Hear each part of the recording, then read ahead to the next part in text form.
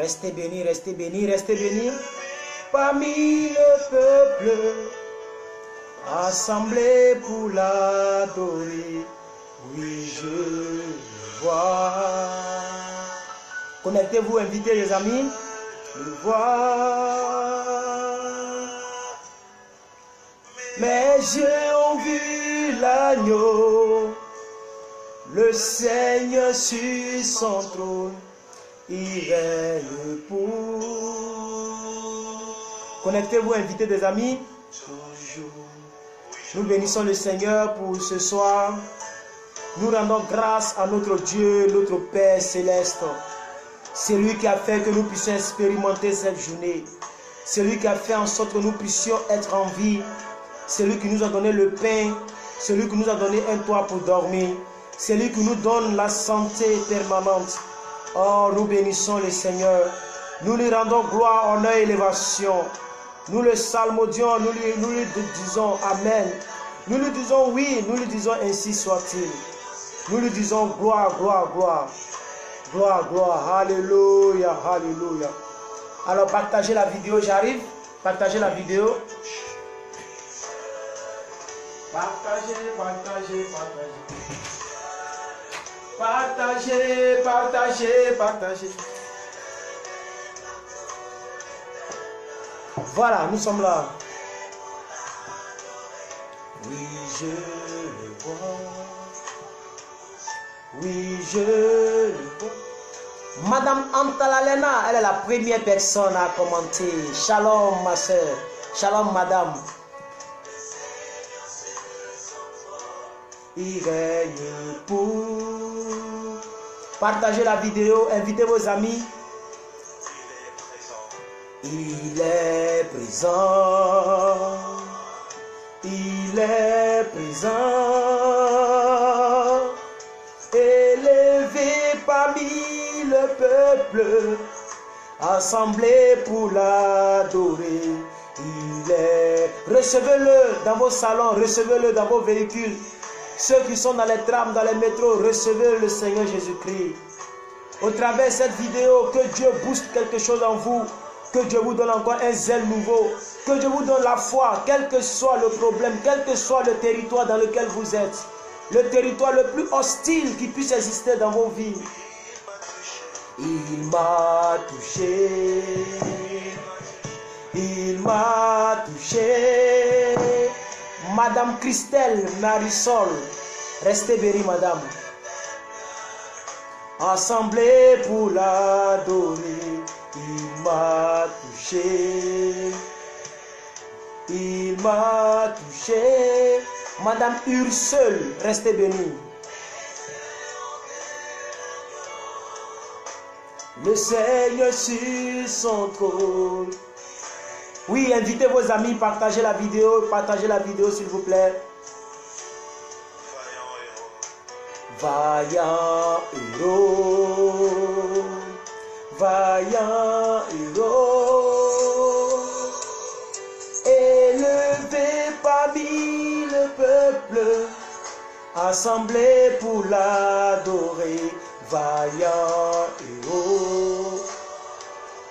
Vaillant, Monsieur Samuel Kituka, restez béni mon frère. En vue, nous allons parler de la foi. Bien-aimé, nous allons parler ce soir. Oh, le Saint-Esprit est déjà là. Nous allons parler, bien-aimé, comment avoir la foi dans un environnement hostile, dans un territoire hostile. Oh, Rakasatarabose Krantarabashakruska. Les kentele bo zangrondele brasatara babaye mandro brondele bo je grandaraba sokraskata ah les cantro brondele bo shekrata rima mama ribaba brosoto rakosta brandele bo ze grandele ba shakrata bo sekrata. Oh Seigneur, inspire la parole de ce soir, touche la vie de plusieurs personnes. Transforme la vie de plusieurs personnes. Seigneur, merci de nous faire du bien pour cette vidéo. Toutes les personnes qui suivront cette vidéo en direct, même en rediffusion, Que l'onction, le zèle leur soit accordé. Que leur foi soit encore boostée ce soir. Au nom suprême de Jésus. Parce que nous te voyons sur le trône. Nos yeux nous te voient sur le trône. Oh, alléluia, alléluia. Mes yeux ont vu l'agneau, Elohim sur le trône. Voilà, après le cantique, on va commencer. C'est juste pour donner le temps aux gens de se connecter. Monsieur Samuel, partagez la vidéo. Madame Ursule, partagez la vidéo, je vous en prie. Permettez aux autres de nous suivre. Mes yeux ont vu l'agneau, Elohim sur le trône.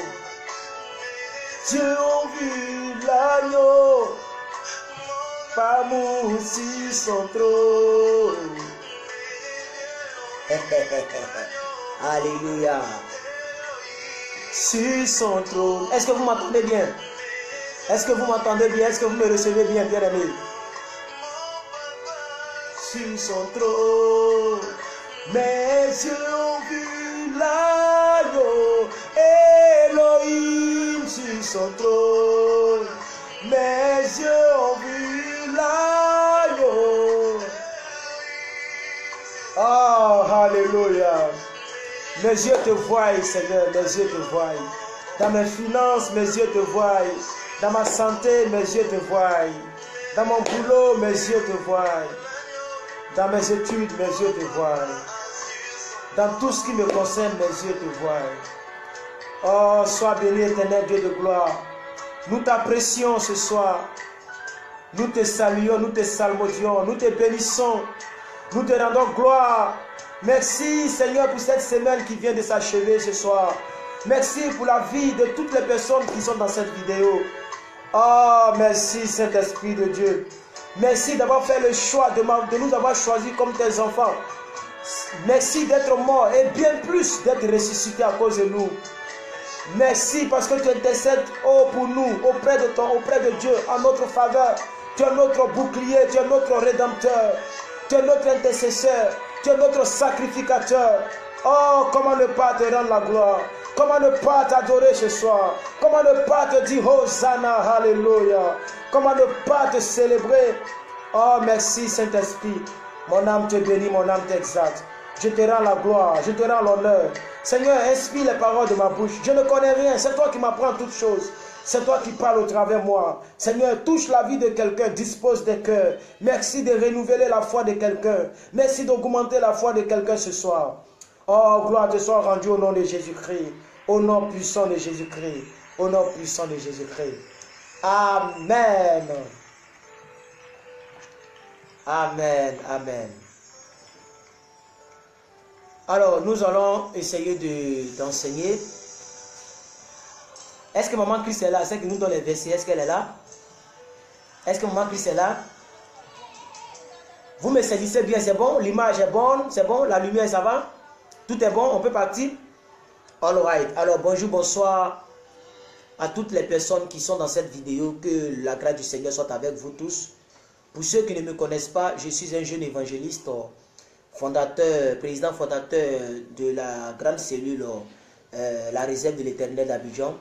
Je suis à l'état civil d'Adji Herman. Plusieurs m'appellent plus que vainqueur. Et d'autres aussi ont préféré m'appeler le shérif de la vérité, compte tenu des contenus de mes messages. Voilà. Alors, je voudrais vous dire d'abord de ne pas dramatiser tout ce qui vous arrive. Voilà, c'est la première clé pour pouvoir avoir la foi dans un territoire hostile, de ne pas dramatiser. Ce n'est pas parce qu'aujourd'hui tu n'as pas du boulot que tu dois dramatiser cela. Tu dois dire à tout le monde que tu ne travailles pas. Et tu fais pitié aux yeux de tout le monde, même aux yeux du monde. Or, la Bible dit, le monde attend avec un ardent désir, mais la manifestation des enfants de Dieu. Alléluia. Alors, quel est le sens de tes plaintes, le sens de ta tristesse face à ce monde-là? Donc, ne dramatisons pas. Est-ce que vous comprenez? Ne dramatisons pas notre situation. C'est la première clé pour avoir la foi dans un territoire hostile. On va enseigner à long et à large, mais je suis en train d'introduire la chose. Est-ce que vous comprenez avec moi? Amen. Voilà, il faut plutôt méditer sur la situation et tirer des conclusions dans cette situation. Alléluia. Moi, je dis toujours que le chrétien ne perd jamais. Le chrétien ne perd jamais. Parce que la Bible dit considérer toute situation comme étant une épreuve pour te faire passer à une autre ascension, pour te faire passer à une autre dimension de la vie chrétienne. Est-ce que vous comprenez? Voilà. Alléluia. C'est très important. Faites tout pour être à l'aise dans cette situation-là. Amen. Ça ne veut pas dire que ça vous plaît, mais faites tout pour être à l'aise dans cette situation. Vous allez voir qu'arrivé à un certain moment, la situation ne va pas vous empêcher d'avoir la foi. Amen. C'est très important. C'est très important. Tout à l'heure, on va venir sur le titre. Et surtout, soyez vous-même. Ne soyez pas celui que vous n'êtes pas. Ce n'est pas bien. Soyez vous-même. Vous verrez que les choses vont aller. Ne cachez pas votre personnalité. Quelqu'un a dit que nous sommes la somme. Nous sommes la somme des personnes qui nous entourent. Amen. Et quand tu es toi-même, tu verras que les gens qui sont dans ta même direction viendront à côté de toi. Et ces personnes-là s'entoureront de toi. De toute façon, peu importe la personne que tu es, peu importe le genre de frère ou le genre de sœur en Christ tu es, il y aura toujours quelqu'un qui aimera ton affaire. Il y aura toujours quelqu'un qui va t'apprécier. Ce n'est pas la peine de te faire passer pour une autre personne. Amen. C'est très dangereux. Alors, comment avoir la foi dans un territoire hostile? Attendez par le mot territoire, ce que j'appelle l'environnement. Voilà, donc comment avoir la foi dans un environnement hostile? Alors, j'ai cherché la définition du mot hostile. Selon le dictionnaire, alors on va couper cette musique-là rapidement. Voilà. Selon le dictionnaire français, Larousse, le mot hostile n'est pas un grand mot en tant que tel. Le mot hostile, ça veut dire quelque chose qui est contraire. Quelque chose qui est contraire à nos propres convictions. Vous comprenez? Il y a 4 définitions, mais je vais prendre la 3e définition, la définition littérale. C'est quelque chose qui semble contraire à l'homme et à ses entreprises. Je reprends. Vous voyez, même ici, les païens parlent de manière prudente. Ils n'ont pas affirmé textuellement. On dit qu'il semble. Vous comprenez? Quelque chose qui semble contraire à l'homme et à ses entreprises. C'est ce qu'on appelle hostile. Donc quand je dis ici un environnement hostile, je veux dire un environnement qui est presque contraire à tes convictions, qui est presque contraire à ta vie. Comment avoir la foi dans un tel environnement? C'est dans l'environnement que Sarah était, lorsqu'elle ne pouvait pas enfanter. C'est dans ce type de territoire que Abraham s'est retrouvé. Alléluia. Abraham, le serviteur de Dieu, s'est retrouvé dans un environnement hostile. C'est dans ce même environnement-là que Joseph s'est retrouvé chez Potiphar, dans la prison, etc. C'est dans ce même environnement-là que Meshach, Shadrach, Abednego se sont trouvés, jusqu'à ce qu'on les jette dans le feu. Comment avoir la foi dans un environnement qui est contraire, dans un monde qui évolue, dans un monde qui est cruel, un monde qui nous étonne chaque fois, il y a des nouvelles qui nous parviennent. Comment avoir la foi dans un tel environnement, dans un tel territoire? Voici ce que nous allons essayer de débattre ensemble. Et c'est très important, parce que nous sommes, que vous le voulez ou pas, nous sommes dans un environnement hostile. Ah oui, le monde d'aujourd'hui est un monde hostile, un monde contraire, un monde méchant, un monde où il faut simplement apprendre à gagner sans avoir raison, un monde où il faut simplement apprendre à avoir sans mériter, un monde où les choses vont dans le sens contraire. C'est dans ce monde-là que nous sommes. Amen. Voilà, c'est très important. Alors j'ai décidé de parler de cela. Quelle est la première personne qui a partagé? Quelle est la première personne qui a partagé? Est-ce que vous avez partagé? Partagez pour que ça puisse nous faire du bien ensemble. Est-ce que Maman Christ est là? Est-ce qu'elle est là, Maman Christ? Est-ce qu'elle est là, Maman Christ? On va commencer. Hein? On va commencer. Est-ce qu'elle est là, Maman Christ? Donc, elle n'est pas là. D'accord. Donc, je vais lire moi-même les versets. On va aller un peu. Amen. Donc, le thème de ce message-là, c'est comment avoir la foi dans un environnement hostile. Je voudrais m'excuser si vous allez observer les bruits derrière ma fenêtre. Je voulais m'excuser déjà pour ça. Si vous voyez que les gens parlent, il y a des bruits, on va faire avec. Amen. Parce qu'on va essayer de parler de ces choses. Alors, nous allons voir dans Deutéronome 8, Deutéronome chapitre 8, verset 2. Si quelqu'un peut donner les versets, c'est aussi bon. Hein. Mais si on me dit 10 personnes ont réagi à la vidéo, c'est-à-dire les gens ont cliqué sur les boutons là, c'est bon. Essayez de partager, s'il vous plaît. Essayez de partager. Deutéronome 8, verset 2, vous allez voir un peu ce que Dieu dit dans ce passage-là.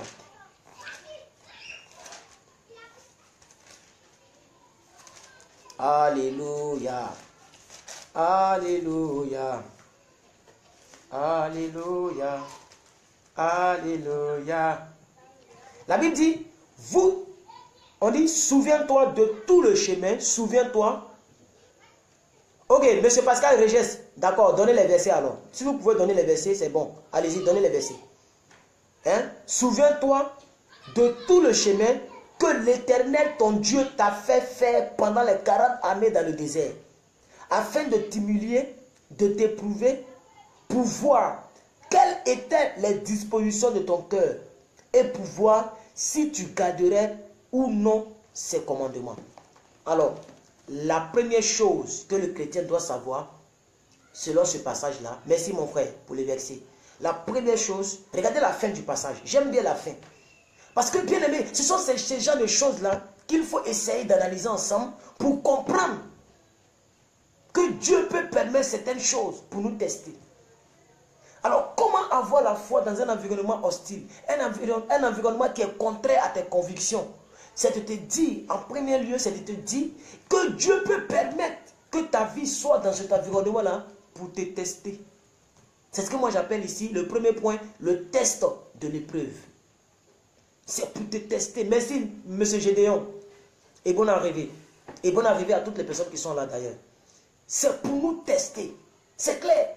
Ça, c'est le premier point. Quand tu as cette mentalité-là, bon, si vous voulez, quand tu connais ce verset-là, et que tu sais que c'est le même Dieu de ce verset-là, qui est le Dieu d'aujourd'hui, qui est ton Dieu-là, il peut permettre certaines choses dans ta vie. Est-ce que vous comprenez cela? Bien aimés frères et sœurs, regardez la fin du verset. J'aime la fin du verset. J'aime bien la fin de ce verset-là. Il dit, pour savoir quelles étaient les dispositions de ton cœur, et pour savoir si tu garderais ou non ses commandements. Si tu vas garder ou tu ne vas pas garder ses commandements. Donc il dit, souviens-toi de tout ce que tu as traversé dans le désert. Parce qu'il a permis cela pour savoir. Bien aimé, peut-être que tu es dans un désert aujourd'hui. Peut-être que Dieu le permet pour savoir si tu vas garder ses commandements ou non. Pour savoir si tu l'aimes. Ce n'est pas parce que tu es le plus maudit ou la plus maudite. Dieu le permet peut-être pour savoir si tu l'aimes encore. Donc quand tu sais cela, malgré que tu es encore dans ce territoire-là, tu gardes la foi. Et ça te permet d'avoir la foi dans un environnement hostile. Ça te permet d'avoir la foi dans le célibat. Ça te permet d'avoir la foi même dans le chômage. Peu importe le territoire hostile dans lequel tu te trouves. Comment avoir la foi? Avec ce verset, tu peux te dire que Dieu le permet juste pour me tester. Alors j'ai toujours la foi, je garde la foi. Je sais que je suis dans un combat et je préfère combattre le bon combat de la foi, comme le disait l'apôtre Paul. Oh, alléluia, gloire à Dieu. Alléluia, gloire à Dieu. C'est très important. Et c'est le Dieu d'Israël qui le dit. Si nous restons forts dans les moments difficiles, alors Dieu est en train de nous amener à une autre dimension de vie. Je l'ai dit tout à l'heure. Si nous restons forts dans les moments difficiles, dans un territoire hostile, un territoire contraire à nos convictions, c'est que Dieu se prépare à nous amener à une autre étape, à un autre niveau supérieur. Est-ce que vous me comprenez? Oh, alléluia, gloire à Dieu.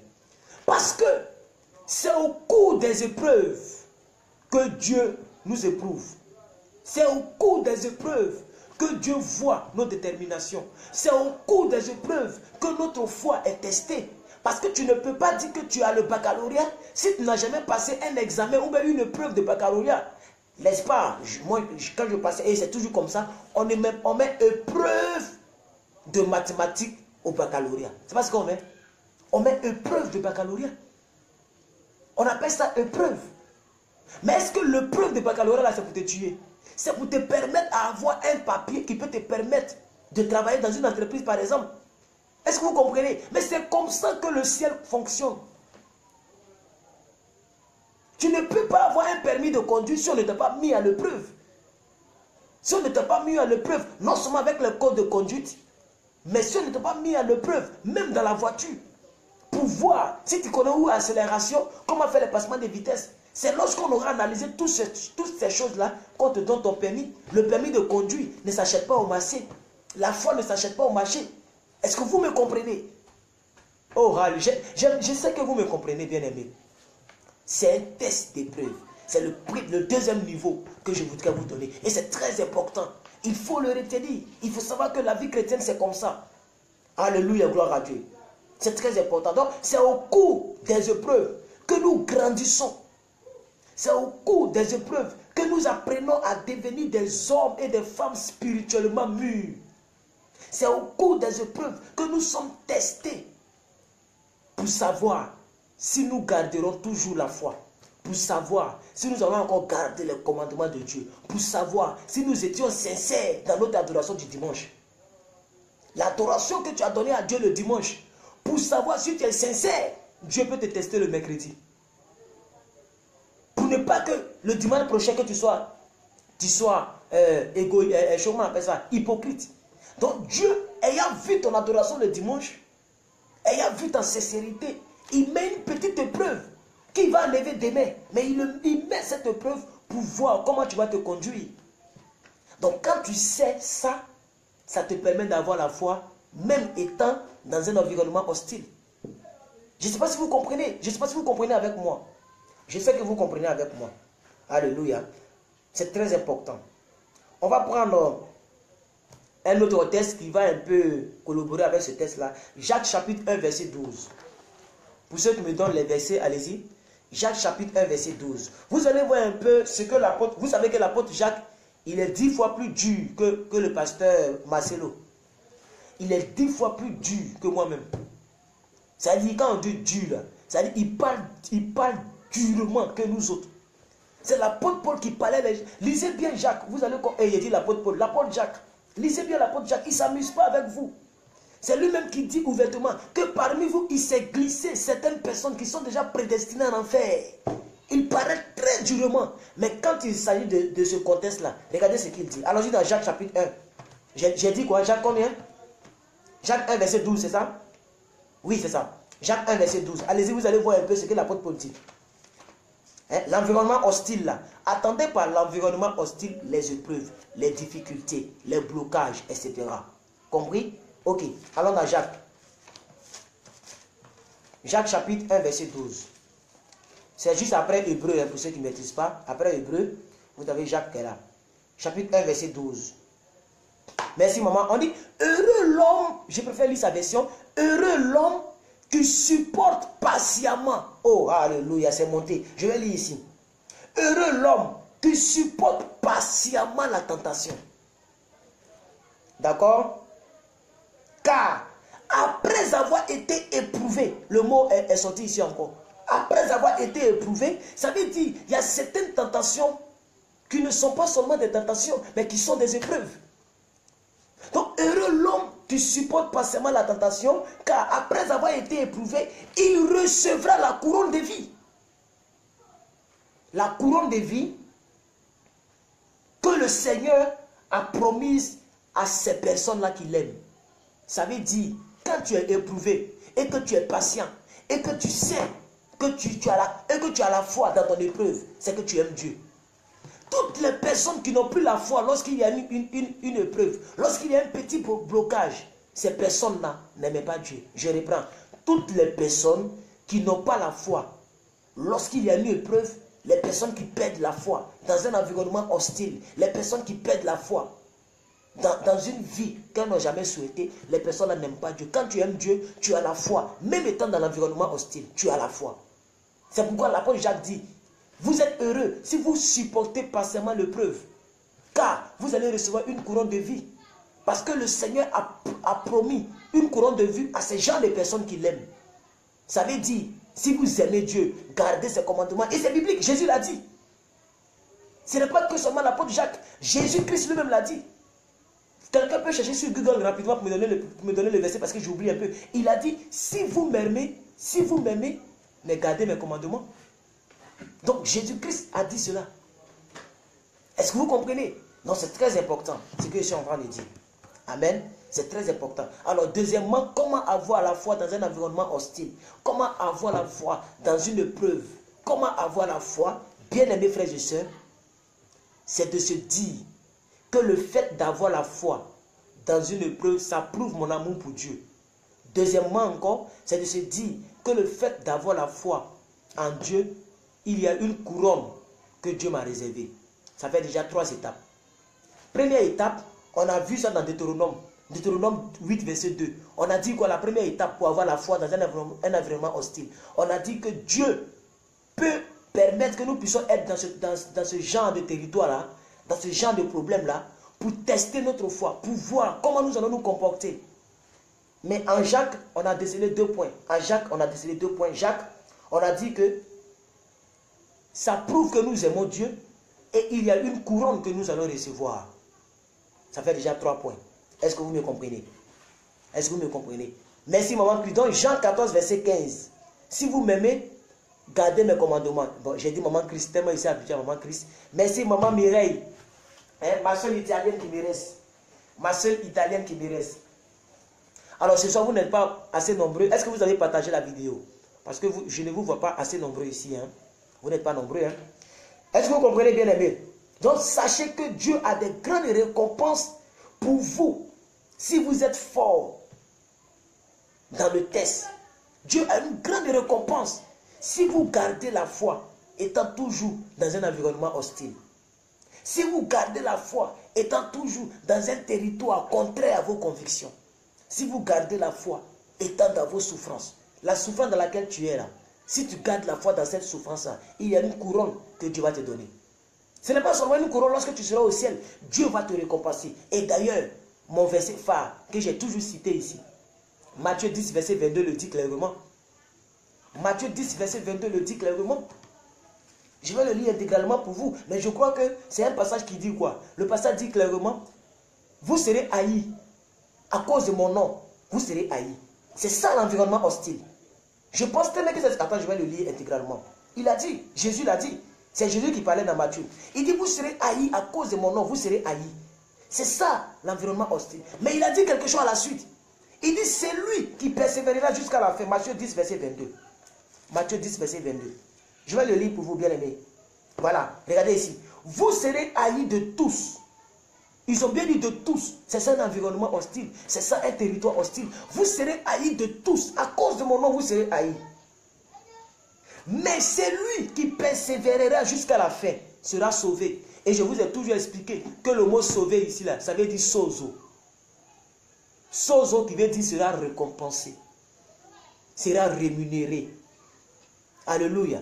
C'est ça, avoir la foi dans un environnement hostile. Donc il faut avoir à l'esprit que si je reste fort dans cette tentation, dans cette épreuve, dans cette souffrance-là, Dieu va me récompenser demain.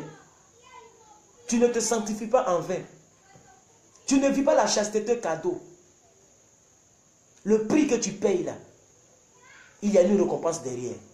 Continue de croire en ton Dieu. Même au 21e siècle, continue de croire en Dieu. Même au 21e siècle, continue d'être juste. Il ne faut pas modifier tes convictions passées. Reviens à ton premier amour. Rappelle-toi de ton zèle quand tu avais connu Jésus-Christ. Garde la foi. L'apôtre pouvait dire à son fils, combat le bon combat de la foi. Oh, alléluia. Aujourd'hui, quand nous voyons les vidéos chrétiennes, les vidéos chrétiennes sont entre 1000 vues, 2000 vues, 3000 vues. Si le pasteur il a 10 000 vues, c'est qu'il a sponsorisé. Ça veut dire qu'il a payé Facebook pour qu'il ait 10 000 vues. Mais les vidéos païennes, nous sommes dans 200 000 vues, 150 000 vues. Parce que c'est païen. Les païens s'encouragent, mais les chrétiens se découragent. Combien de chrétiens partagent les vidéos? Combien de chrétiens regardent les vidéos? Combien de chrétiens invitent les gens à venir regarder? Parce que les gens ont perdu la foi. Au 21e siècle, la vie chrétienne a commencé à être encore plus difficile. La vie chrétienne a commencé à être encore plus difficile. Parce que tu ne roules pas dans la voiture, que ta copine, elle roule là-dedans. Parce qu'elle couche en bas de tout le monde. Mais toi, comme tu as préféré payer le prix de ta chrétienté, tu ne roules pas dans la voiture. Mais tu perds la foi. Et tu dis à Dieu, à quand ma victoire? Dieu n'est pas notre camarade. On ne lance pas ultimatum à Dieu. Il n'est pas obligé de faire ce que tu veux. Au moment où tu veux. Il est souverain. Laissons Dieu être Dieu. Lisons la parole. conformons-nous à la parole. La parole a déjà prévenu que nous serons haïs. Dans les derniers temps, les gens seront fanfarons, égoïstes. C'est biblique, ça est dans Matthieu. Maman Georgine, cherchez-moi cela. Cherchez-moi la partie là, cherchez-moi s'il vous plaît. Dans les derniers temps, c'est Jésus qui dit, les gens seront fanfarons, orgueilleux, irréligieux, amis du bien, ennemis des hommes de bien. Les gens aimeront l'argent plus que Dieu. Mais c'est dans ça que nous sommes. Malheureusement, c'est dans ça que nous sommes nés. On n'est pas nés au temps de l'église primitive. On est né en 2000. On est né en 1900 quelque chose. Vous comprenez? Donc on est né, on est au 21e siècle. On est né au 20e siècle, mais on est rentré au 21e siècle. Les choses se compliquent. La vie chrétienne devient dure. Ce n'est plus de l'amusement. C'est rare maintenant de trouver une fille vierge. Excuse-moi de le dire, mais je vais le dire ici. C'est rare de trouver une fille âgée, mais qui est vierge. Moi, c'est rare. C'est rare. Une fille qui a pris de l'âge, mais qui est vierge, on n'en trouve plus. Mais tous, pourquoi est-ce que la virginité là est partie? Mais c'est parce que nous sommes dans un monde hostile. Nous sommes dans un monde hostile où les parents sont méchants. Même les propres filles sont persécutées par leurs propres parents parce qu'elles ont décidé de connaître Jésus-Christ. On les jette dehors. Elles sont obligées de se prostituer. Etc. etc. Est-ce que vous me comprenez, bien aimé? Donc c'est très important ce que je dis. Amen. Donc il y a une récompense derrière. Et cette récompense, c'est pour toi, c'est pour moi. Moi, je dis toujours à Dieu que je ne me sanctifie pas cadeau. Je sais que tu as une bonne femme pour moi quelque part. Aucune femme n'est rentrée dans ma maison. Et il y a très longtemps de cela. Pourquoi? Parce que je sais que celle qui rentrera, c'est la princesse. Une princesse a besoin de l'intimité. Aucune personne n'entrera avant elle. Est-ce que vous me comprenez, bien aimé? Donc il y a une couronne pour ceux qui garderont la foi. Amen. On va continuer l'enseignement. Je vais lire mes notes. Donc bien aimé, aujourd'hui, les personnes ont plutôt tendance à fuir les difficultés. Malheureusement quoi? Voilà. Au lieu de chercher, comme le dit l'apôtre Jacques, de chercher la couronne qui est derrière, les gens préfèrent fuir la difficulté. Et d'autres même préfèrent contourner la difficulté. Est-ce que vous me comprenez? D'autres même préfèrent chercher la voie de la facilité. Non, bien-aimés, rien n'est facile sur la terre. Jésus-Christ, il ne nous a pas sauvés de manière facile.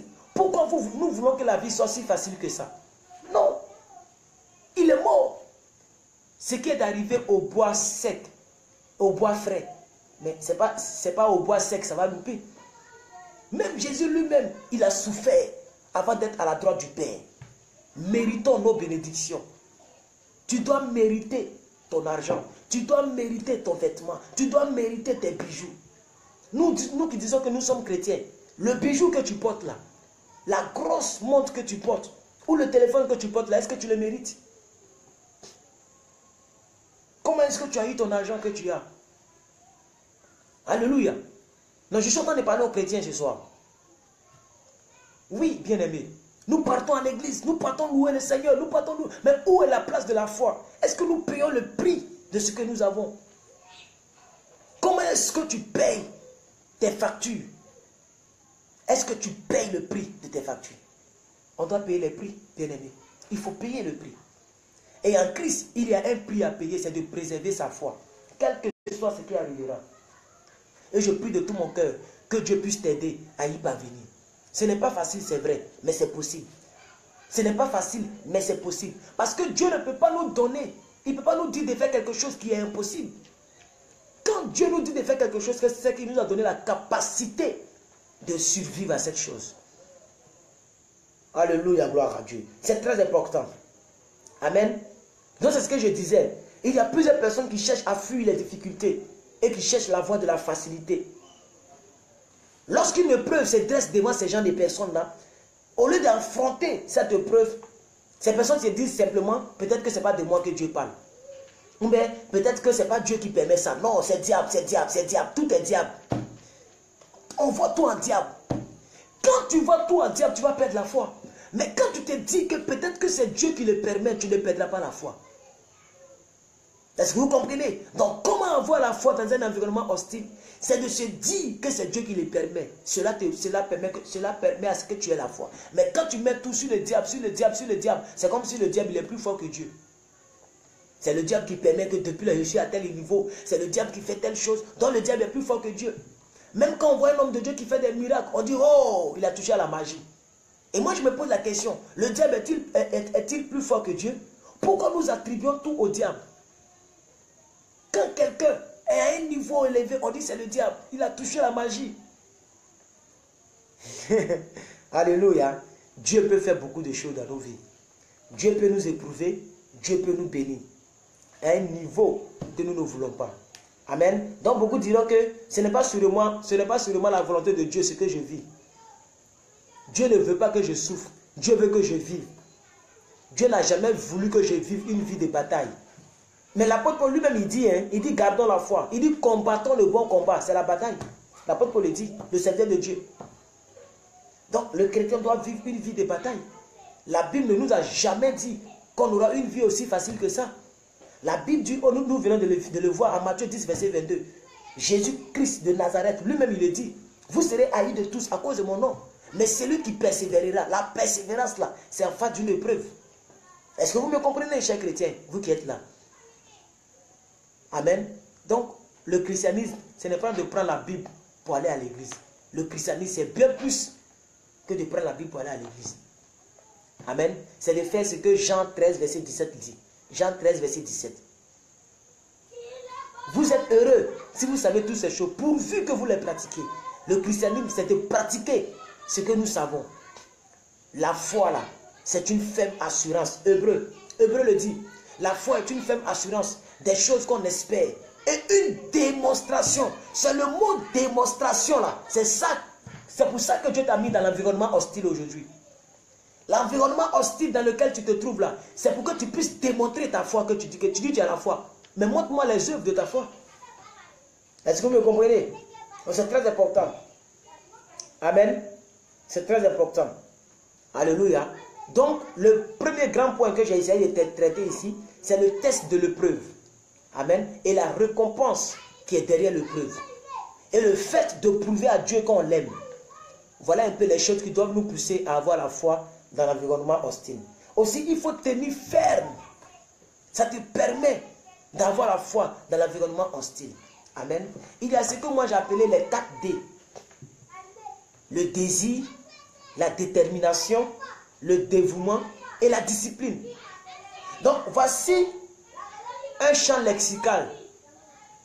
C'est-à-dire un ensemble de mots qui convergent un peu ensemble, qui peuvent nous aider à pouvoir garder la foi dans un environnement hostile. Si tu as les 4 D là, tu vas réussir à tous les niveaux. Si tu as les 4 D, tu vas toujours avoir la foi. Si tu as le désir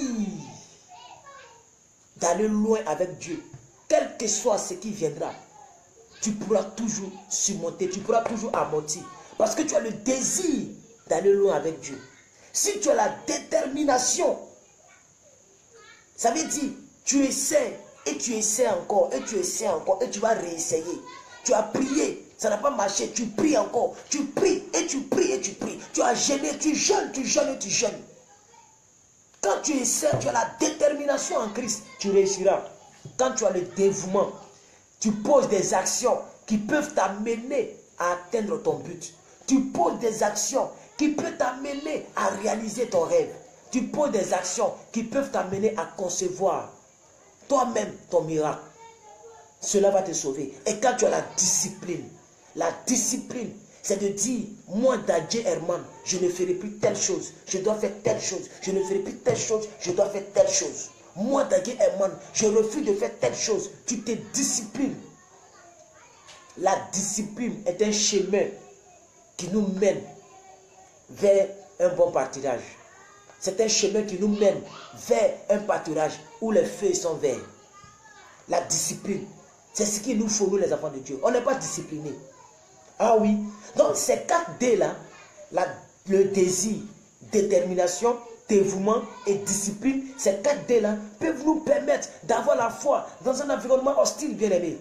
C'est très important. Plus rien n'est inaccessible. Plus rien n'est impossible. si nous pratiquons ces 4D. Le désir te permet de suivre la trajectoire. Le désir te permet d'aller loin dans la vie. Quand Jésus disait à Dieu que cette coupe s'éloigne de moi, il avait pour désir de terminer la mission. Il dit non pas ma volonté, mais que ta volonté se fasse. Il avait pour désir. C'est le désir qui doit nous animer. La détermination, le dévouement et la discipline. J'ai voulu aussi vous parler de ces 4D là, afin que vous en fassiez bon usage. On va continuer encore l'enseignement. Ça fait combien de temps que nous sommes là? 40 minutes. Donc bientôt nous finissons. Vous n'êtes pas vraiment nombreux, je le répète. Ou bien c'est la connexion, je ne sais pas. Mais vous n'êtes pas nombreux. S'il vous plaît, vous qui êtes là, partagez pour que les autres puissent regarder la rediffusion. Amen. Voilà. Alors il faut tenir ferme. Amen, il faut tenir ferme. On va voir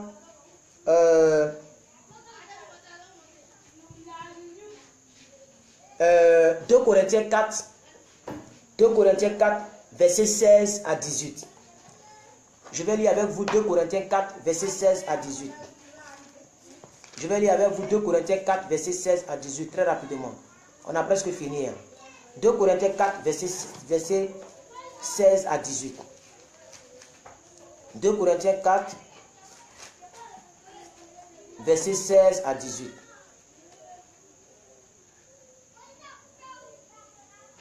Voilà, juste, je pense que c'est juste après Romains, non? 2 Corinthiens 4, voilà, c'est ça. 2 Corinthiens 4, versets 16 à 18. Voilà, je vais y arriver. Je vais y arriver. Voilà. Écoutez très bien la parole de Dieu, bien-aimés chrétiens. Écoutez très bien la parole de Dieu. J'ai cru avoir vu un commentaire de maman Justine. Maman Justine nous a dit, si vous êtes là, vous avez mes salutations. Voilà. Regardez ici. Il dit, c'est pourquoi nous ne prêchons pas courage. Et non, excusez-moi. C'est pourquoi nous ne perdons pas courage. Et lorsque notre vieil homme se détruit, notre homme intérieur se renouvelle de jour en jour. Je reprends. C'est pourquoi nous ne perdons pas espoir, nous ne perdons pas courage. Et lors même que notre homme extérieur se détruit, notre homme intérieur se renouvelle de jour en jour. Verset 17. Car nos légères afflictions du moment présent, nos légères afflictions du moment présent produisent en nous et au-delà de toute mesure un poids éternel de gloire. Ça veut dire nos souffrances que nous menons actuellement là, ça produit en nous et même au-delà de cela un poids éternel de gloire. Ça produit en nous un poids de gloire, une récompense glorieuse. Parce que nous regardons non point aux choses visibles, mais à celles qui sont invisibles.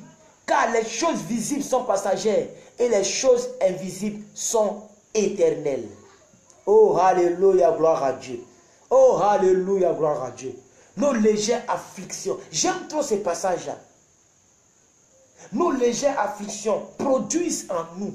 Ça produit. Oh, alléluia. Bien-aimé, ta difficulté produit en toi un poids éternel de gloire. Écoute-moi, la vie chrétienne que tu mènes et que c'est difficile, tu as comme l'impression que Dieu t'a abandonné. Ça produit en toi le miracle. Dieu ne t'a pas oublié. Dieu ne t'a pas délaissé. Dieu ne t'a pas abandonné, ma soeur. Quel que soit le problème que tu mènes, Dieu a un plan pour toi. Ce n'est pas une récitation. Oh, alléluia. C'est un miracle de Dieu. Et ce miracle-là, c'est pour toi. Est-ce que vous me comprenez? Peu importe le problème que tu vis actuellement, peu importe le territoire le plus hostile, les problèmes les plus noirs, les malédictions les plus désastreuses que tu traverses, peu importe ce que tu vis, si tu as la foi, Dieu a quelque chose en réserve pour toi. Ne perdez pas espoir, bien-aimés. Si vous restez fidèle et que vous cherchez, vous ne cherchez pas à fuir les difficultés, mais vous cherchez à faire face aux difficultés à cause du nom de Jésus-Christ que vous confessez. Il a dit en Matthieu 10, verset 22, vous serez haïs de tous, mais celui qui persévère jusqu'à la fin, c'est celui-là qui sera sauvé. Ça veut dire, Quand bien même que tu es dans un territoire bizarre, un territoire hostile, un territoire qui est contraire à tes convictions, tu traverses une difficulté et que tu gardes la foi dans cette difficulté-là, Dieu regarde ta situation. Regardez le monsieur qui était en bordure de la piscine de Bethesda. L'homme de Bethesda, le malade depuis 38 ans. Mais la Bible nous dit clairement que Jésus, sachant que le monsieur était là depuis 38 ans, ça veut dire que Jésus savait que le monsieur a souffert. Regardez Lazare. Jésus a eu l'écho que son ami Lazare était malade. Jésus savait que Lazare était malade. Jésus il n'a pas su, lorsque Lazare est mort, il savait même que Lazare était malade. Mais il ne s'est pas pressé.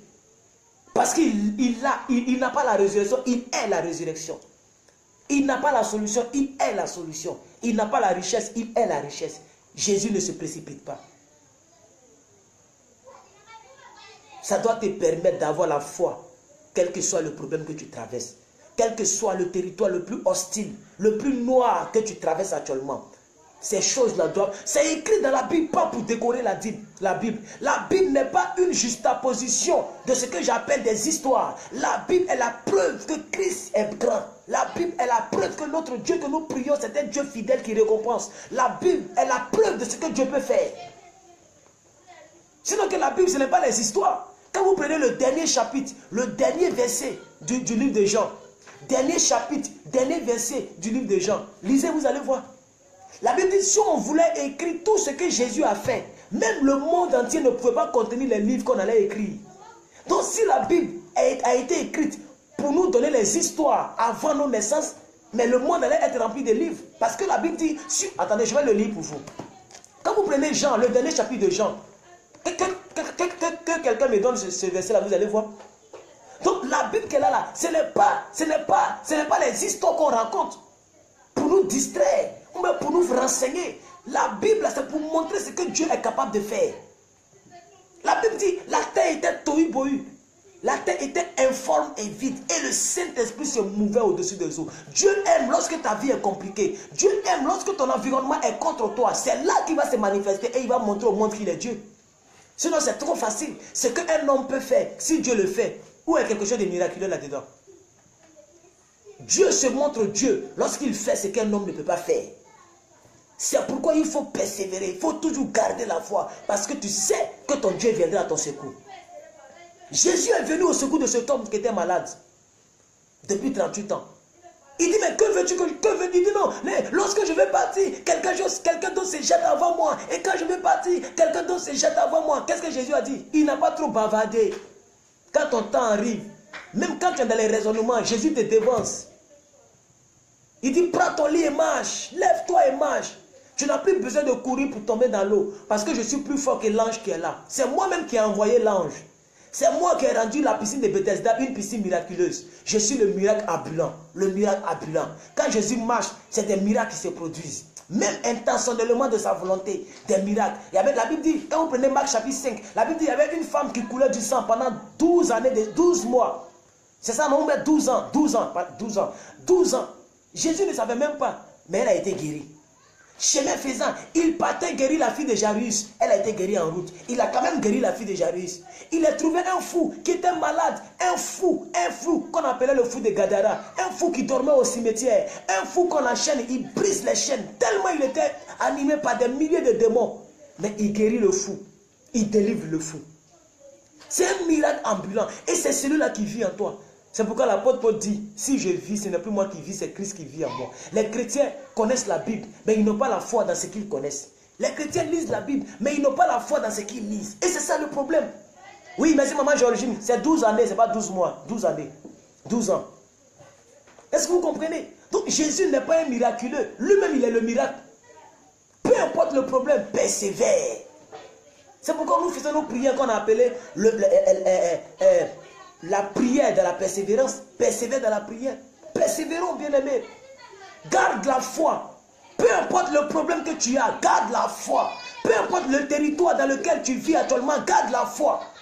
Ta belle-mère te mène la vie dure, garde la foi. Ton mari te bat, il faut garder la foi. Ton patron, il te mène la vie compliquée, garde la foi. Peu importe ce que tu traverses, garde la foi. Dieu a quelque chose en réserve pour toi.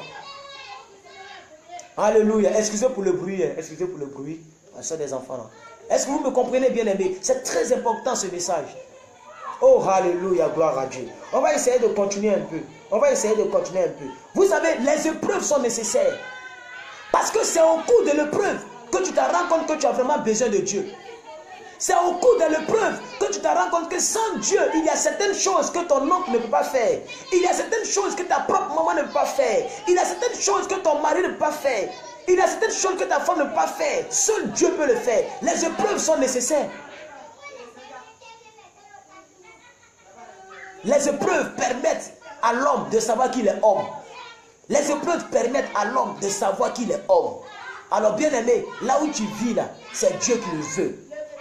Pour que tu puisses savoir. C'est très important, bien aimé.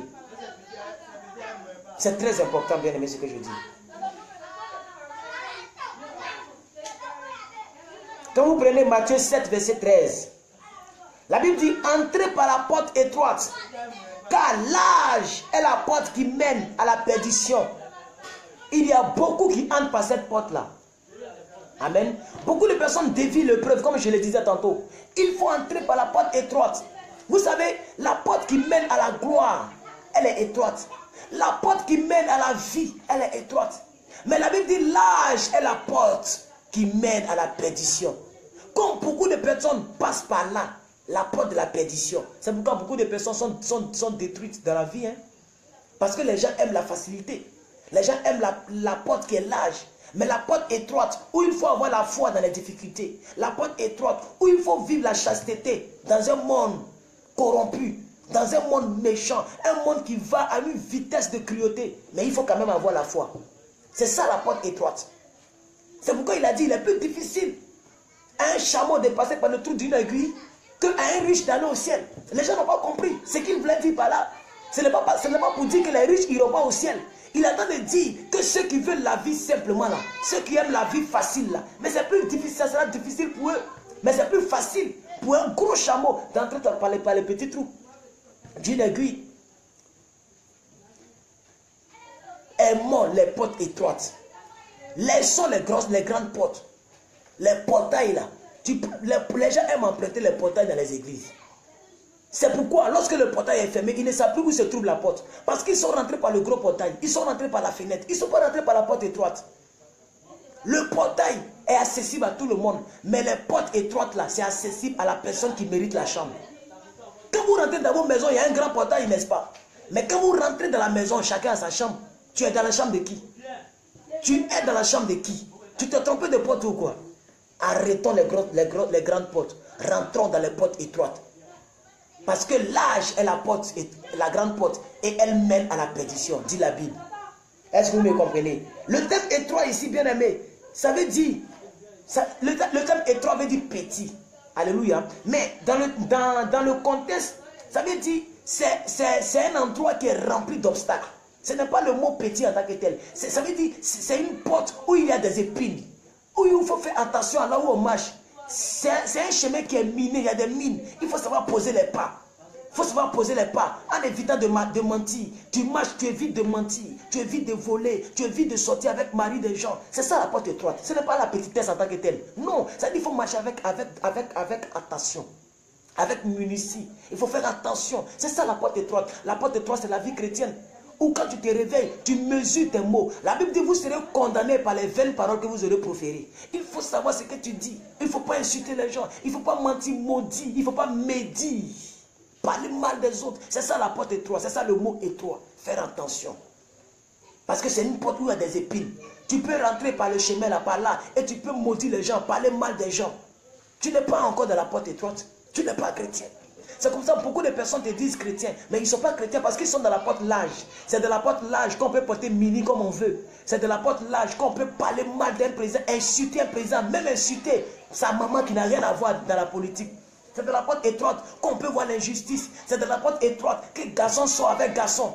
Non, j'ai dit la porte étroite, excusez-moi. C'est de la grande porte que garçon sort avec garçon. C'est de la grande porte que femmes sont avec femmes. C'est de la grande porte que nous voyons des pasteurs qui sortent avec les membres. C'est de la grande porte. Mais de la petite porte, on fait attention. Même à sa manière de parler, à sa manière de s'habiller, à sa manière de regarder. On fait attention à là où on regarde. On ne prend même à ses pensées.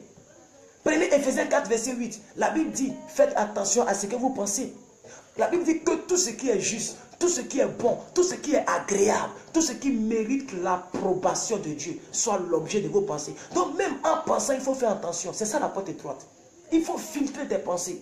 Il faut filtrer tes actions. Il faut filtrer tes attitudes. Il faut filtrer ton comportement. Il faut filtrer ton caractère. Tout ça là, c'est ça la porte étroite. Il faut comprendre les choses. Et c'est très important, bien aimé. Ne fuyons pas nos responsabilités de la chrétienté. Je l'ai toujours dit, la chrétienté là, c'est le fait d'assumer notre responsabilité. Ta responsabilité, c'est de vivre la chasteté. Ta responsabilité, c'est de prier. Même si tu es fatigué, lève-toi et prie. Ta responsabilité, c'est de prier pour tes enfants. Non pas pour les insulter devant les gens. Ta responsabilité, c'est de honorer ton mari, honorer tes parents. Ta responsabilité, c'est de faire ce que la Bible dit. Il faut être soumise à ton mari. C'est ça ta responsabilité. Il a un gros cœur, il est sale, il est bizarre. Ce n'est pas ton problème. Il faut plutôt prier pour lui. Mais nous fuyons nos responsabilités. C'est pourquoi nous perdons la foi. Lorsqu'il y a un environnement hostile, lorsqu'il y a un territoire hostile, on perd la foi. Pour ceux qui n'ont pas, qui nous prennent en cours, on a défini le mot hostile. On a dit, selon le dictionnaire, et j'ai toujours la définition ici, hein, voilà. On a dit quoi ici? On a dit, c'est un lieu qui semble contraire à l'homme et à ses entreprises. C'est ça l'environnement hostile. Amen. Et quand vous voyez la photo que j'ai mise sur ma page, que je vais mettre d'abord, je vais mettre sur cette vidéo quand je vais finir. Mais c'est un homme qui est assis seul et il n'y a personne autour de lui. C'est ça l'environnement hostile. Ou c'est comme si tu te sens seul, tu te sens dépaysé. Comment avoir la foi dans cet environnement-là? C'est de ça que nous parlons. Amen. Parce que malheureusement, le monde dans lequel nous sommes, c'est un monde hostile. Un monde contraire au christianisme. Ça, je vous le dis, hein, le monde dans lequel nous sommes n'est pas vraiment favorable à nous. Hein. Le monde dans lequel nous vivons là, le monde, il est contraire à la vie chrétienne. Parce que c'est difficile même d'être milliardaire de nos jours. Si tu ne rentres pas dans les mauvaises choses, si tu ne tombes pas ton derrière, c'est difficile de rentrer dans certains lieux. Si tu ne rentres pas dans certains lieux, c'est difficile de rentrer dans certains lieux si tu ne rentres pas dans certains lieux. Ça veut dire quoi? Si tu ne rentres pas dans la franc-maçonnerie, tu ne seras jamais président. Ils vont te combattre jusqu'à pour t'amener à la CPI. Est-ce que vous comprenez? Si tu ne rentres pas, par exemple, dans les shows de France-Afrique, tu veux pas, il faut dire que le franc CFA est bon. Tu seras président de l'Afrique. Si tu veux combattre le franc CFA, tu vas te retrouver là où tu n'as jamais voulu. Donc nous sommes dans un monde où c'est compliqué de rentrer dans certains lieux. Si tu n'es pas dans les clans, tu n'es pas un éliminé, tu n'es pas dans la franc-maçonnerie. Mais comment on voit la foi dans ce monde-là? C'est de ça que nous parlons. C'est de ça que nous parlons. Alors, les épreuves sont nécessaires. Il faut savoir que les épreuves sont nécessaires. Et les obstacles existent pour faire évoluer le chrétien, pour faire grandir le chrétien, pour faire grandir la foi de Dieu en nous. Alléluia. Et le monde ne connaît pas ces obstacles, parce que le monde contourne tous ces obstacles. Lorsque l'homme païen n'a pas réussi, il préfère braquer pour réussir. Mais le chrétien, quand il n'a pas réussi, il préfère prier, investir, travailler. De ses 10 doigts pour réussir, c'est différent. Le païen peut contourner. Parce que à la banque, là, on ne te demande pas où tu enlèves ton argent. Hein. Tu peux prendre 5 millions, aller déposer. On te reçoit même dans un but. C'est-à-dire que tu ne fais même pas le rang. Quand je m'avais retiré mes petites sommes, bon, ce n'est pas des petites sommes, je l'ai dit, voilà. Bon, quand je m'avais retiré quelque chose, mais il y a des gens qui nous dépassent. Nous sommes en rang hein, dans la banque. Eux, ils nous dépassent, ils ont un sac. On les amène en haut, dans un bureau privilégié pour déposer l'argent. Mais on ne leur pose pas d'où tu enlèves ton argent. Le monde, c'est comme ça. Ils s'en foutent d'où ça vient. Pourvu que tu viennes déposer, ils prennent. Donc, le païen prend des raccourcis pour réussir. Mais le chrétien ne peut pas prendre des raccourcis. Les gens tissent des... Merci, maman Mireille. Les gens tissent des pactes diaboliques pour réussir. Mais nous, les chrétiens, on doit avoir la foi dans ce genre de choses-là. On doit avoir la foi dans ce genre de choses. Et c'est ce que plusieurs personnes n'arrivent pas à faire, malheureusement. Est-ce que vous me comprenez, bien aimé? Amen. Amen. Donc le païen, lorsqu'il y a un obstacle, il fait demi-tour. Parce qu'on leur a toujours enseigné à l'école que tout chemin mène à Rome. Voilà. Donc s'il doit aller à Rome, il doit faire demi-tour pour aller à Rome. Il n'y a pas de problème. Mais le chrétien là, le chemin il est étroit. Non seulement il est seul, parce que Jésus même l'a dit, je suis le chemin. Rappelez-vous, Jésus l'a dit. Je suis le chemin. Donc le chemin il est unique, mais il est étroit. Mais le païen, le chemin il est large. Si ce n'est pas Baphomet, mais c'était passé par Shakira, le dieu de Rihanna, passé par Baphomet. S'il n'est pas franc-maçon, il est Illuminati. S'il ne va pas voir les vaudous de Bénin, il va aller voir les marabouts de Côte d'Ivoire. Vous voyez, donc il y a des chemins pour réussir. Mais nous, ce n'est pas le cas. C'est pourquoi, bien aimé, il faut supporter patiemment l'épreuve. Et il faut savoir qu'il y a une récompense. Rappelez-vous de Jacques chapitre 1, verset 12. On a lu cela. Jacques chapitre 1, verset 12. Rappelez-vous. Alléluia. Il ne faut pas fuir la responsabilité chrétienne. Amen. Parce que le but de Dieu là, c'est de nous rendre capables d'accomplir les missions qu'il nous a fixées. Quand Dieu nous éprouve là, écoutez, la formation d'un policier n'est pas similaire à la formation de la garde républicaine. C'est différent. Parce que tu reçois la formation selon la mission que tu auras. C'est comme ça Dieu est en train de nous former. Et ta vie est beaucoup plus difficile pour que tu puisses avoir demain une grande récompense. Il faut voir la vie comme ça. Il faut voir les épreuves comme ça. Tu n'es pas un simple policier. Tu es un général dans l'armée. Tu dois recevoir une formation rude. Amen. Donc Dieu le fait pour nous rendre capables d'accomplir les missions qu'il nous a confiées. Amen. Dieu le fait pour prouver au monde qu'il peut compter sur nous. Regardez avec Job. Dieu a dit à Satan, as-tu remarqué mon serviteur Job? Job chapitre 1. Job chapitre 1. Job chapitre 1. Oh, alléluia. Job chapitre 1. J'ai envie de lire cela avec vous. Mais je n'ai pas trop envie de perdre trop le temps. Mais j'ai envie de lire cela avec vous. Job chapitre 1. Il a dit, l'Éternel dit à Satan, as-tu remarqué mon serviteur Job? Il n'y a point d'homme comme lui sur la terre. Ça veut dire peut-être que Dieu l'avait déjà éprouvé 1000 fois. Dieu connaissait son élément. Est-ce que Dieu a eu honte devant Satan? Non. Parce que exactement, Job a persévéré dans un territoire hostile. La Bible dit, il était là un bon matin. Et quelqu'un vient. Oh, ils ont tué tous tes brebis, ils ont tué tous tes serviteurs. Je suis le seul, je suis resté en vie. C'est pourquoi je suis venu t'annoncer la nouvelle. La Bible dit, pendant que le serviteur parlait encore, un autre venait pour dire, oh, ils ont tué tous tes... Je suis le seul, un autre venait encore. Il était dans un territoire hostile. Mais comment il a réagi? Est-ce qu'il a maudit Dieu? Contrairement à ce que sa femme a dit. Sa femme a dit, maudit Dieu et meurt.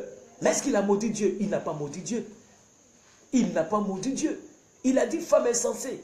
Il dit, qu'ai-je que je n'ai reçu de Dieu? Ni j'étais, ni je retournerai. Dieu a donné, Dieu a repris. Que le nom de Dieu soit glorifié. Mais pourquoi nous les chrétiens du 21e siècle, on ne peut pas faire comme Job? Pourquoi? Pourquoi? On est différent de Job. Pourquoi on ne peut pas glorifier Dieu, même dans le manquement? Pourquoi on ne peut pas glorifier Dieu, même dans le malheur? Voilà le problème. C'est pourquoi Hébreux 6, verset 11. Nous désirons que chacun de vous montre le zèle pour conserver jusqu'à la fin des temps. Que chacun de nous montre le zèle qu'il avait. Job a montré pour lui. David a montré pour lui. Moïse a montré pour lui. Joseph a montré pour lui. Abraham, il a montré pour lui. Noé a montré pour lui. On chante les noms. Mais nous aussi, on fait partie de la même vie. Pourquoi est-ce qu'on ne montre pas pour nous aussi? Pourquoi? Pourquoi est-ce qu'on ne peut pas accepter la souffrance? C'est quel évangile qui nous a dit qu'on ne doit pas souffrir? Jésus a dit en Matthieu 10, verset 22, vous serez haïs de tous à cause de mon nom. Être haï là, c'est une souffrance. Quand quelqu'un te hait, il a envie de te tuer, c'est une souffrance. Mais pourquoi le chrétien doit en même temps, il veut en même temps avoir tout? Dès qu'il vit en même temps, il veut se marier, avoir les voitures, avoir l'argent, avoir tout, ne pas tomber malade. C'est trop facile quoi. La vie n'est pas facile comme ça. Que les gens arrêtent de vous tromper. Les gens vous prophétisent ce que vous voulez entendre. Parce que vous aussi, vous aimez la facilité. La plupart des chrétiens aiment le chemin qui est large. La plupart des chrétiens aiment la facilité. C'est pourquoi les pasteurs sont obligés de prêcher la facilité. Ils savent la vérité. Mais comme c'est ce que vous aimez, s'ils ne vous prêchent pas comme ça, vous n'allez pas envoyer les dîmes. Vous n'allez pas les soutenir. Vous n'allez pas les aider à payer les factures des églises. Donc ils vont vous prêcher ce que vous voulez entendre. Voilà, c'est ça que c'est dommage, mais c'est la vérité. Amen. On ne vous dit pas que la difficulté que tu vis là, peut-être que c'est Dieu qui le permet, mais on chasse toujours les démons. On maudit toujours ta grand-mère. On dit que c'est ta maman qui est contre toi. Et au lieu de permettre que ta mère donne sa vie à Christ, on l'éloigne encore en Christ parce qu'elle-même prie pour toi. Et on lui dit que c'est toi qui as son malheur. Et toi, tu prends ça pour la haïr. Donc ça l'éloigne de Christ. Et vous voyez, tout est mélangé. Tout est ambigu. Et nous sommes aliénés entre nous. Nous sommes mélangés, tout est mélangé dans le christianisme. Toujours c'est le sorcier, toujours c'est le chrétien. Mais il n'y a pas un pasteur qui peut avoir le cran de dire à son fidèle que peut-être que c'est ta vie de débauche là qui fait ça. Peut-être que c'est ta vie de... Tu couches avec beaucoup d'hommes, c'est ça qui fait... Ma fille change de vie. Ils ne vous disent pas ça. Ils ne vous disent pas ma fille change de vie. Ce n'est pas bien ce que tu fais.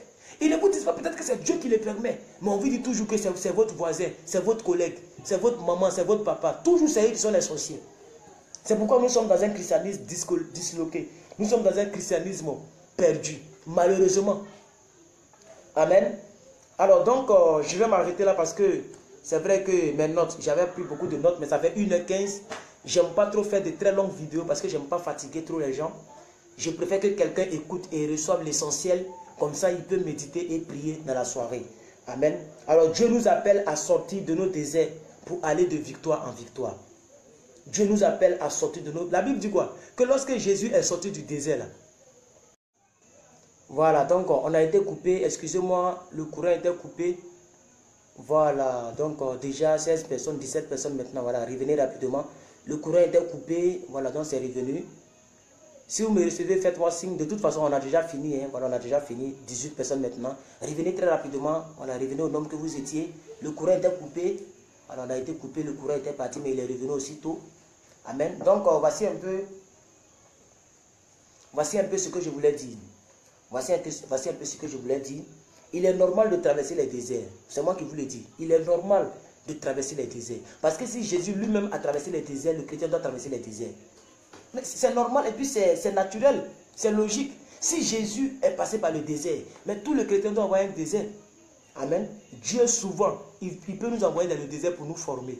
Il peut nous envoyer dans le désert pour nous rendre conscientes. Il peut nous envoyer dans le désert pour nous permettre d'être forts, d'être durs, d'être robustes. Amen. Il peut nous envoyer dans le désert parce qu'il a un autre plan pour nous. Amen. Il peut nous envoyer dans le désert pour nous humilier, pour casser notre orgueil. Il peut nous envoyer dans le désert pour nous faire comprendre que le désert là, ça fait partie de lui aussi. Amen. Donc, quel que soit le problème que vous traversez actuellement, gardez la foi. Gardez la foi. Relevons le défi. Relevons le défi. Amen. Dans l'épreuve, ne murmurons pas. Ne murmurons pas. Ne soyons pas tristes. N'abandonnons pas la main de Dieu. Ce n'est pas la solution. Amen. Ce n'est pas la solution d'abandonner le nom de Dieu. Amen. Donc, vraiment que mon Dieu vous bénisse. Je vais m'arrêter là. Voilà. Que la grâce du Seigneur soit avec vous. Peut-être que l'image est floue. Parce que quand la connaissance se coupe comme ça, l'image est floue. Mais je vous dis bonsoir et bonne nuit. Et bonne journée pour ceux qui sont aux États-Unis et autres. Bonne nuit pour vous qui êtes en Afrique et aussi en Europe. Voilà. Donc, je prie pour vous tous qui êtes là. Voilà. Et je prie que Dieu vous bénisse. Que Dieu vous restaure. Que Dieu fasse que votre territoire hostile se transforme en territoire florissant au nom de Jésus. Que la grâce du Seigneur soit avec vous. Que cette semaine qui vient de finir, qu'elle finisse en beauté au nom de Jésus. Que le week-end qui commence demain, que ce week-end-là soit pour vous une bénédiction au nom de Jésus. Que cette vidéo gonfle et booste la foi en vous. Que ça puisse gonfler la foi en vous au nom de Jésus-Christ. Soyez fortifiés dans vos différents problèmes. Soyez fortifiés dans vos différents problèmes. Soyez fortifiés dans vos différentes hostilités. Amen. Les hostilités font partie de la vie chrétienne. Amen. Donc on a appris un nouveau mot. On a appris le mot hostile. C'est un nouveau mot. Et vraiment, voilà. Merci pour cette nouvelle vidéo. Partagez la vidéo pour ceux qui n'ont pas partagé. Partagez la vidéo. Et puis je vous dis bon week-end. Périgord, Brutus, Carmel, Anderson, Georgine. Oh, les noms passent vite. Hein? Ok, donc vous tous, vraiment restez bénis. Que la faveur de Dieu soit avec vous tous. Je suis très content d'avoir fait ma part. Vous aussi faites votre part. Amen, faites votre part. Et Dieu aussi fera sa part. Voilà, donc chacun a sa part de responsabilité. Ma responsabilité, c'est de prêcher. Votre responsabilité, c'est de pratiquer ce qu'on vous a prêché. Et Dieu, sa responsabilité, c'est de vous bénir. Voilà, c'est de récompenser ce que vous aurez fait. Lumière des lumières, soyez bénis. Lumière de l'éternel. Voilà, restez bénis vous tous et allez. Je vous dis au revoir. Et je vous donne rendez-vous le lundi matin à 4 h du matin, si Dieu le permet. Voilà, le lundi à 4 h du matin, on est ensemble pour pouvoir prier ensemble. Alors, je vais prier pour certaines personnes. Tu es dans un moment, dans une difficulté. Voilà, Dieu m'a mis à cœur de prier pour quelques 10 personnes là, rapidement. Tu es dans un moment difficile, tu traverses une période difficile. Je vais lever la voix de Dieu pour toi. Tu peux donner ton sujet si tu n'en as pas honte. Si tu en as honte aussi, bon, je vais prier en général. Vraiment, je prie pour toutes les personnes qui traversent des difficultés, toutes les personnes qui traversent des soucis, toutes les personnes qui ont des barrières, des blocages dans leur vie, toutes les personnes qui ont des soucis, qui ont des blessures intérieures, toutes les personnes qui pleurent au-dedans d'elles, des personnes qui regrettent, des personnes qui sont au bout de leur souffle. Je prie que le Seigneur vienne à votre aide, votre Jésus, au nom de Jésus. Que le Seigneur vienne vous aider dans votre problème. Que le Dieu Tout-Puissant vienne faire pleuvoir son miracle au nom de Jésus. Au nom de Jésus. Je prie pour Madame Mireille. Je prie pour Madame Mireille. Au nom de Jésus-Christ. Je prie que le Seigneur vienne l'aider. Au nom de Jésus-Christ. Peu importe le souci, peu importe le problème que tu as, ma soeur. Peu importe le problème que tu as. Que Dieu vienne te sortir de là au nom de Jésus. Je maudis toute malédiction dans ta vie, tout lien héréditaire au nom de Jésus, toute alliance diabolique au nom de Jésus, je détruis cela au nom de Jésus. Je prie pour Madame Marie Alette qui a besoin d'une intervention chirurgicale. Je prie que cela n'apporte pas la mort, mais que cela prouve que vous êtes vraiment chrétienne.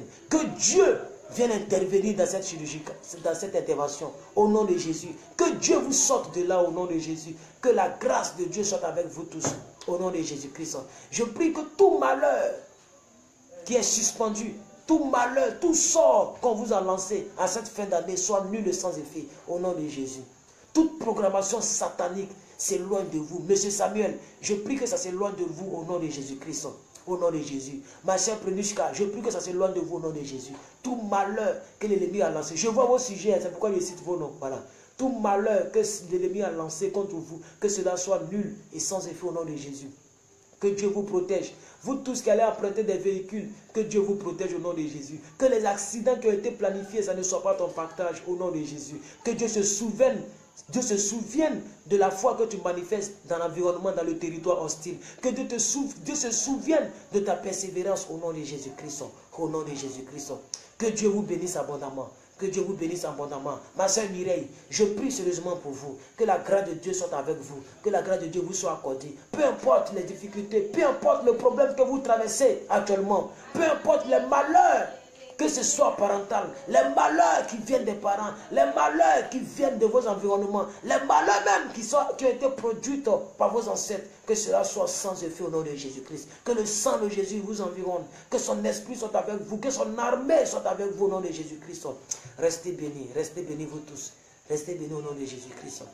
Recevez la foi des géants au nom de Jésus-Christ. Que vous ne perdez pas la foi au nom de Jésus-Christ. Alors, bon week-end à vous. Bon week-end dans le Seigneur. Bonne journée à ceux qui sont voilà, dans d'autres pays, dans d'autres continents. Et bonne nuit aux Européens et aux Africains. Voilà, donc je vous laisse. Voilà, donc je vous laisse. Voilà, je vois tout. Allez, merci. Et nous nous disons lundi à 4 h pour la prière matinale. Voilà. Madame Adeline, restez bénie. Adeline Kouakou, restez bénie. Voilà. Ceux qui ne sont pas abonnés à la page, abonnez-vous. Abonnez-vous, monsieur Marc. Abonnez-vous, voilà. Vous tous abonnez-vous et puis suivez-nous de temps en temps. Voilà, donc moi je vous dis au revoir. Ciao, ciao. Que Dieu vous bénisse.